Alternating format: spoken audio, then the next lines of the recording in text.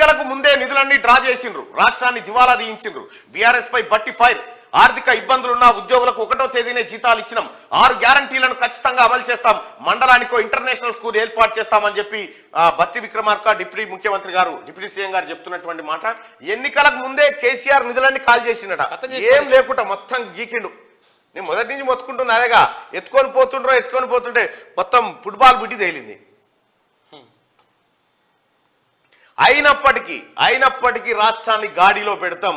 అందుకోసమే ప్రభుత్వ ఉద్యోగులకు పెన్షనర్లకు ఇబ్బంది కాకుండా ఒకటి తారీఖు దరిదాపుల్లోనే మేము జీతాలు వేయగలిగినామని చెప్తా ఉన్నారు. ఎన్నడన్నా ప్రభుత్వ ఉద్యోగుల జీతాల గురించి మాట్లాడినావా కేసీఆర్ను? పోని వాళ్ళ జీతాలు ఎందుకు 20 తారీఖు 12 తారీఖు పడతా ఉన్నాయని ఇప్పుడన్నా చెప్పినవా? ఇప్పుడు కాంగ్రెస్ ప్రభుత్వం చెప్తా ఉంది, ఆర్థిక శాఖ మంత్రి బట్టి విక్రమార్క గారు చెప్తా ఉన్నారు, ఎన్నికలకు ముందే నిధులన్నీ డ్రా చేసిరట. చూడిగా గట్లుంటది అన్నట్టు కేసీఆర్ కథ. ఇంజనీర్లు హెచ్చరించినా కేసీఆర్ పట్టించుకోలే.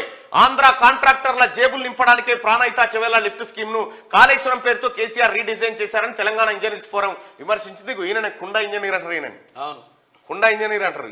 ఈయన నేను అప్పుడు 2016 ఆ ప్రాంతంలో కూర్చొని ఈ రీడిజైన్ల భాగవతం అంతా డ్రాఫ్ట్ చేసినాం. లక్ష్మీనారాయణ గారు